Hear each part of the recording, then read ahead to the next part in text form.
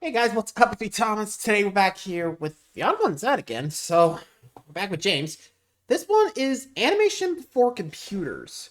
So basically, this is just going to the history of, like, what animators did before we had, well, computers. Big things, the internet, all that. So, let's take a look back at the animation history here, huh? And for context, think of it as like, okay, so like those old, like, picture books you see, like, you flip them fast enough, it, like, moves. Basically it. Uh, But you'll see how they actually did it. It's pretty interesting when you figure it out. So, shall we? Be sure to like, subscribe for more. Hope you enjoy. Here we go. When you're watching any animated piece of media, I think it's easy Hi, to James here. forget that you're watching drawings Come move. to life. Excuse me? What kind of Harry Potter dark magic is this? Since when did drawings move? I drew a picture of a dog once, but it hasn't moved at all, not even to play fetch. Well, what you're really poor dog. watching isn't actually moving. What you're really watching is a series of individual frames played at a rapid speed on a liquid crystal display screen LCD. that emit photons into your eyeball receptors that get processed by your brain into what it perceives as movement.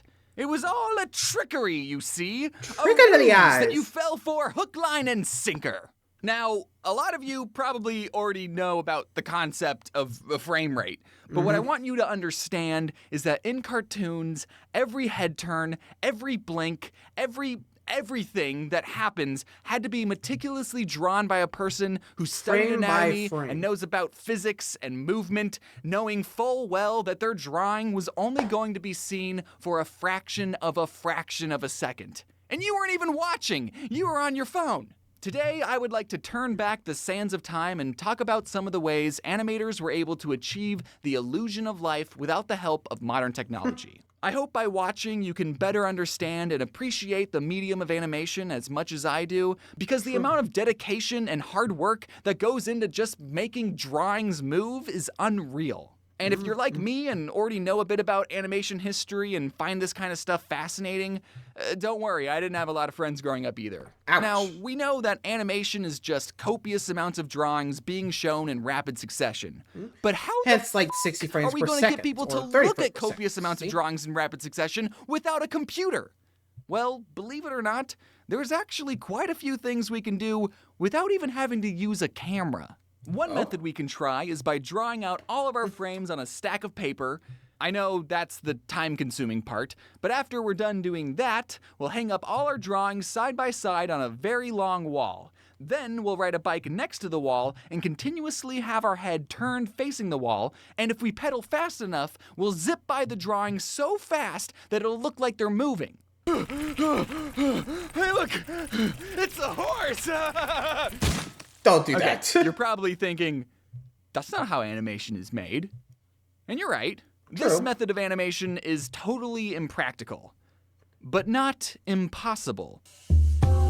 This type of human transportational animation has been done before in subway tunnels, with the results looking pretty legit. Wow, look I at mean, that. this minion looks like he's totally moving. I might as well be in the cinema. And for those of the gamer variety, YouTuber Pale of Pears was able to achieve this method of animation flawlessly in Minecraft.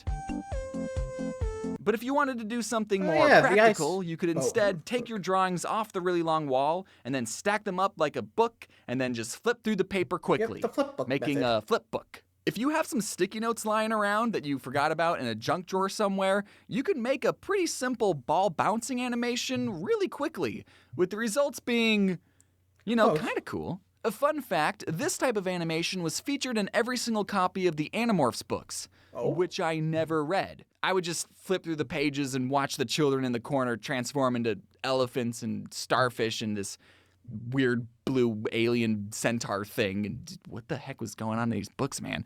Okay, Yeah, this I next didn't read 'em. method of showing people drawings in rapid succession is going to be a little bit crazy. I don't want to freak you out, but it's basically on the same level as rocket science, okay? But We're gonna have to jump up a whole dimension for this one. What you're going to do is sculpt out a three-dimensional figure of whatever you want to animate. Let's animate, fake claymation. I don't know, this guy jumping. So first, I'm gonna sculpt my guy just standing there, just being a dude. This will be frame 1.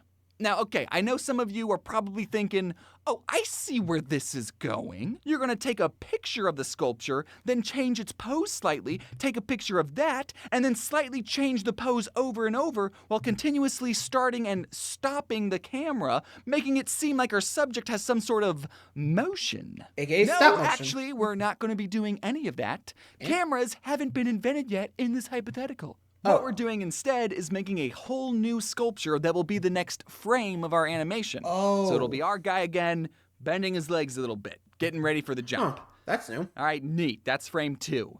Now let's do this a total of, 16 times? That sounds good. Let's also make the 16th sculpture look like it came before the first sculpture. So you understand? It's going to go from the 16th sculpture back to the first one. It's a loop, like a TikTok. We're doing a TikTok loop. Now we're gonna take all 16 of our sculptures and space them out evenly on a round table. Sorry, Arthur, I'm gonna need this. Arthur? Now, make the table spin. That's on you to figure out how to do. I don't know. Maybe get the bike guy from the first example to pedal or something. Don't do it. I doubt any of you are actually following along, but if you are, put all your sculptures on a spinning table right now. And make it quick, all right? I'm not gonna wait for you. And now, for the final step, turn your lights on and off really quickly. And if we did everything right, the effect we get is mesmerizing. There it goes. Wow. Okay. Whoa. Okay. What's happening is that the light shines at the first sculpture, and then we turn the lights off. Cool. Then, as the table spins, the light will turn back on when the second sculpture is in the same position as the first. So we turn the lights on when the sculptures are in the same spot, and we turn them off when they're not. And what we end up seeing is all of our figures standing in a circle performing the animation, and we don't even register that the whole thing is spinning. And congratulations, you all know what a zoetrope is now. Which, I know, is a pretty fun word that you can whip out at parties like, yeah, I know a unique word that starts with the letter Z that isn't xylophone. Another fun thing about the Zoetrope was that a 3D rendering of one was featured in the Season 2 opening of Mob Psycho 100. So that's what that spinning thing in the intro was. It was a Zoetrope. Zoetrope. Okay, let's talk about one more way we can show people drawings in quick succession without a camera, and it's the easiest method by far. So, all we need is this glitchy, abstract drawing like this. Okay. Pretty cool and random, right? Except it's not. Not random at all. I lied. Every line here is placed very deliberately. Let me show you something. If we take this floppy, transparent sheet full of vertical bars and cover up most of the drawing, hey, look at that. The outline we end up seeing looks like one of them kitty cats. Now, if we slide the transparent sheet over and reveal different parts of the drawing, it looks like a kitty cat but in a different position. And if we keep sliding the sheet over, revealing different parts of the drawing, look at him go. This is called a barrier grid animation, and with the right base drawing, you can make all sorts of animations that don't hurt to look at all. And also, I just want to point out that a barrier grid animation was also featured in the Season 2 opening of Mob Psycho 100. Man, there's Hey, a do you lot guys of want to those. watch anime later? So all these different methods of showing people drawings in quick succession, I don't know if there's a word for it, but I'm calling it physical animation. Like animation you can hold and touch with your fingers, you know? All those warrior cat animation memes, that's digital animation, right? This is physical. It's the real deal. But there's one form of physical animation that we haven't talked about yet that's unarguably the most popular and the most important form of physical animation to have ever existed on Earth. Excuse me. Okay, now we're gonna use cameras. Okay, they finally figured it out. With the invention of film, showing people multiple images in quick succession had never been easier. Now we can take something from real life, burn an image of that into a film strip, process it, and then shine a light through it again to get a recreation of the image. And if we roll this whole strip of film over this strobe light, we get moving pictures. That's why they're called movies, 'cause they move. What the fuck? A lot of times, film was used to capture the movements of real people. but it was also used in the same way to capture the movements of people of the animated variety. Let's take a look at an old cartoon. The 1968 animated Batman series. The first time Batman has ever appeared in the animation form. You know, the really old Batman cartoon that had onomatopoeias appear on the screen during fight scenes? Boom! Pow! Ka-chow! Except they didn't. They didn't do that in the cartoon. Visually showing the verbiage of impacts was exclusively an Adam West thing. In the cartoon, you gotta see those impacts. Hey, can I ask you a thought-provoking question? Oh, wait, what? What the f am I looking at? I know it's Batman high-kicking a goon, but how is it moving? This frame was captured on film, so there had to be a physical camera to capture it, right? So where is this drawing? It's not on a computer. Computers in the 60s looked like this. So where is this? So every animated movie and animated TV show and animated anime before the year 2000-ish used what's called cell animation. Oh yeah, this frame of Batman was hand painted. That's right, painted with special paint onto a transparent celluloid sheet, or cell. And then this transparent sheet was laid on top of a hand-painted background, and then this goon that got kicked, well, he had to be painted on his own cell sheet too, and then this image of sandwiched art was captured onto a film thing, a strip. Then the Batman cell would come off and be replaced by a whole new hand-painted cell of Batman, and then that frame would be captured, and then the whole process would repeat again and again until the shot was done. This one shot that lasted a little over a second used 14 different hand-painted drawings of Batman, and the goon had 6, just for a second. Now, because having to hand paint 20 different images for 1 second is insane, there are some things we can do to cut corners without having to sacrifice too much quality. Like in this shot. Actually, that is true. If you know about cell animation, you know what Disney actually usually did. Because if you look at, like, certain movies, you actually tell, like, they reuse some of those cell animations, or at least a basic outline of the movement. They just repainted it to fit the different movie. Like, say, with Tarzan and Winnie the Pooh, I think. Or, I don't know. Like I said, basically, they like to reuse the cells to, you know, basically save up. I think that was a Disney thing. I'm not sure if anyone else used it, but at least that's what I remember. But anyway. Robin takes 5 frames to turn his head, but his body doesn't move. So we can paint his body once on its own cell, and now we only need to paint 5 different heads. And since we already have all the frames painted, we can just use the same frames in reverse to make his head turn the other way. And you don't need to pay a background artist to paint a background if you just use blue. A big part of cell animation was being able to animate pieces of a character independently of each other. That's actually why so many old cartoon characters had accessories around their necks, so the animators could separate the characters' heads from their bodies, making it easier to animate. Fred wasn't rocking that ascot just because it was trendy. One of the nice things about using a computer to animate is that you can play back what you've animated and clearly see if your timing is correct and if there's any quick adjustments you can make. Being able to see what your previous frames are is so important there's actually a term for it called onion skinning. But animators pre-2K didn't have computers to re-watch their work. Oh yeah. So here's what they did instead. Before they even put paint onto a cell, they first had to draw all their frames out onto a piece of paper.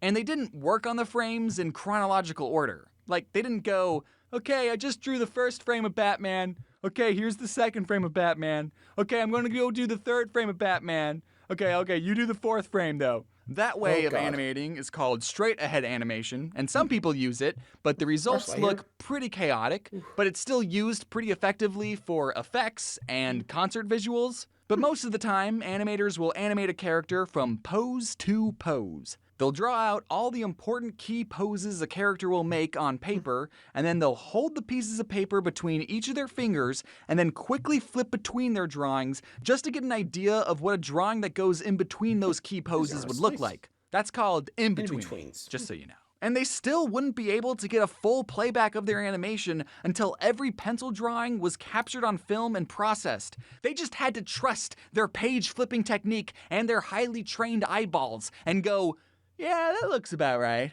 Let's bring out the paint. And because there are hundreds of shots all having to be animated without a computer, can you really blame the animators that some shots of Batman looked like this? Or this? It was old, remember? True. Old things are bad. Not all of them. Okay, I kind of have a secret. Remember when I said, let's look at an old cartoon? Well, I might have overemphasized how old the Batman cartoon is. By the time the Batman cartoon came out, the movie Bambi had been out for 25 years. And are you aware of how f***ing fluid the animation in Bambi is? Dude, Bambi goes so f***ing hard. Walt literally brought in deer from the f***ing woods into their studio just so the animators could be like, oh, that's neat, that's how deers move. I understand this more now. What the f***? I honestly thought the Batman show came out way earlier in the animation timeline because of how it looked. Obviously, these two things are created by different studios with different animators and different budgets. Techniques. And TV animation always has to create more animation per budget. But all the same techniques and equipment used to make an episode of Batman were the exact same techniques and equipment used to make an episode of Bambi. I don't mean that as a dunk on Batman. I'm more so impressed with how amazing Bambi looks, especially since while it came out, World War II was currently happening. So because celluloid sheets were used to animate every TV show, movie, and anime there has ever been before the year 2000-ish, by my calculations, there are millions of cell sheets out there. Like this single frame of Batman kicking, it's on a cell sheet somewhere. And more importantly, who owns it? Many of the cells that still exist have been sold to the general public. But because of how the paint and time works, cell sheets need to be kept very well preserved. So since cells are very hard to preserve, and because they're not making any new ones, some cells are worth a lot of money. This cell and original background from My Neighbor Totoro sold for $84,000. While I'm writing the script, there's currently an auction going on for this cell from the Jungle Book for $10,000. And I own this cell of Squidward laughing that I got at a convention for $300. It's not an original background. The background's a print, and it's actually not even the correct background for the shot.